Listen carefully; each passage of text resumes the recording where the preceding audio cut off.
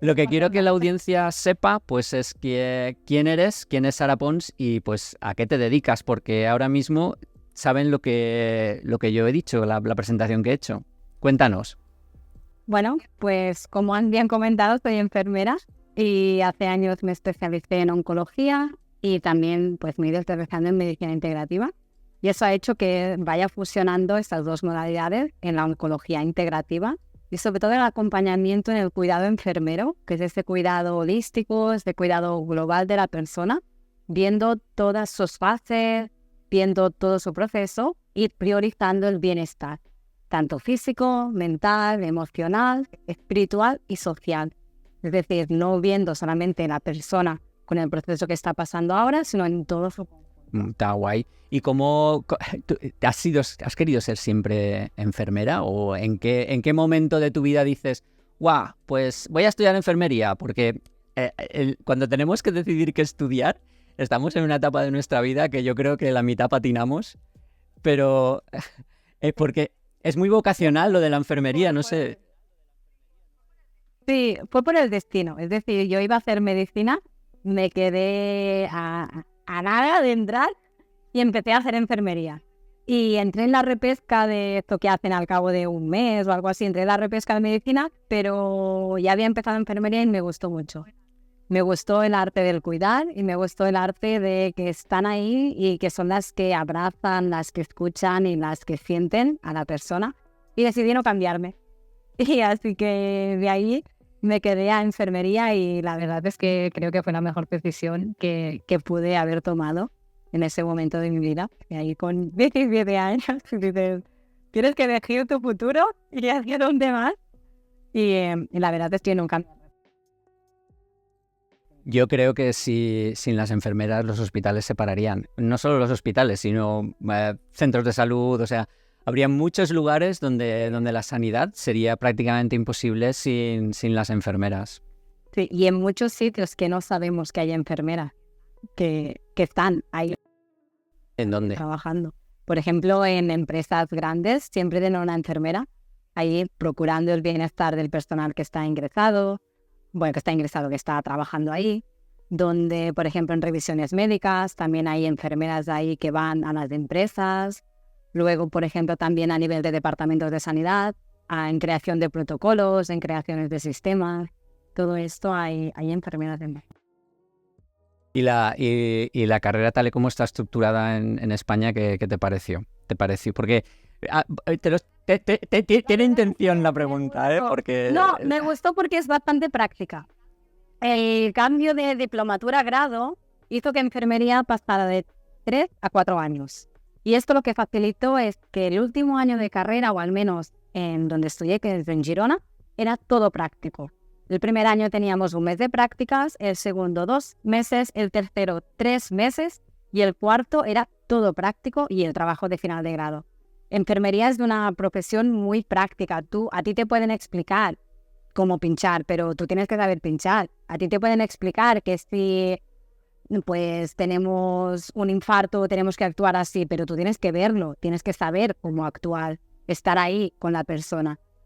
Por eso es una carrera que yo creo que está bastante bien formulada, al menos en donde yo estudié. La verdad es que sí. Ahora tú sales de ahí con que no sabes nada, como todas las carreras. Hasta que no te pones al frente, no.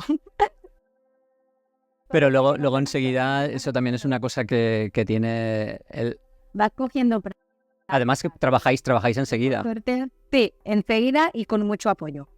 Es decir, normalmente nos ayudamos mucho entre todos, entre todas, y esto la verdad es que ayuda a crecer cada vez más. Pero cuando acabas la carrera decides que no es suficiente y, no sé, decides hacer un máster, digamos, en medicina integrativa, en PNIE. Sí, es decir, yo primero hice el máster en oncología. Yo trabajé muchos años de enfermera y vi que quería especializarme en oncología. Y después de ya especializarme en oncología, al cabo de un año o 2, no me acuerdo, estudié el máster en psiconeuroinmunología. Y cuéntanos cómo se puede aplicar, digamos, la la medicina integrativa en el ámbito de la enfermería? De la enfermería, la verdad es que a nivel de enfermería yo hay muchas cosas que me chocan, porque decimos que medicina integrativa, por ejemplo, es aromaterapia, o es reiki, o es toque terapéutico, pero las enfermeras nos basamos en un libro gordo de Petete, que digo yo, que se llama Los diagnósticos Nanda con intervenciones Nikino. Y en ese libro gordo de Petete, con unas características especiales, ya salen unas intervenciones a hacer de aromaterapia, de reiki, de toque terapéutico, de masaje compasivo, de visualizaciones, es decir, ahí ya sale. Y hoy en día lo llamamos medicina integrativa, pero ya en su día, que esto se revisa cada X tiempo, la última revisión, si no recuerdo mal, es del 2018, ya sale todo esto. Y es precioso como la enfermería ya utiliza todo esto. Siempre ha utilizado las plantas para curar, o, por ejemplo, la miel para curar cicatrices. Esto se hacía hace muchos años. Hoy en día hay apósitos incluso de miel, que son estériles. Y después a nivel de plantas también se ha utilizado mucho la medicina natural y la enfermería va muy acompañada con esto. ¿Tienes dolor de barriga? Hazte una infusión de manzanilla, venga, o de melisa o de lo que sea. Es decir, esto ha ido muy acompañado. Y hoy en día, por suerte, hay diferentes formaciones, desde una naturopatía o desde, por ejemplo, puedes formarte en Reiki si quieres, puedes formarte también en medicina tradicional china, es decir, hay muchas formaciones en medicina integrativa, que hoy en día conocemos como medicina integrativa, que pueden aportar y sumar a la parte enfermera. Y el boom máximo ya es la psiconeuroinmunología. Eso es el boom total de concepto de dónde venimos, qué hacemos y hacia dónde vamos. Es decir, de volver a las raíces, de volver a saber cómo vivíamos antes, cómo nos hemos desconectado de nosotros y cómo nos tenemos que volver a reconectar. Y eso para mí fue el cruce de cables brutal, que ya la conocía la PNI, pero cuando profundizas aún es... ¿Y cómo conociste la PNI? Porque yo me imagino que tú pues acabas enfermería, haces el máster de oncología, estás trabajando, y ¿en qué momento tienes, digamos, tu primer, llamémosle, contacto con la medicina integrativa, pues como para que decidas voy a hacer esto, voy a hacer este máster, voy a dedicarme a esto porque me parece importante, me parece interesante?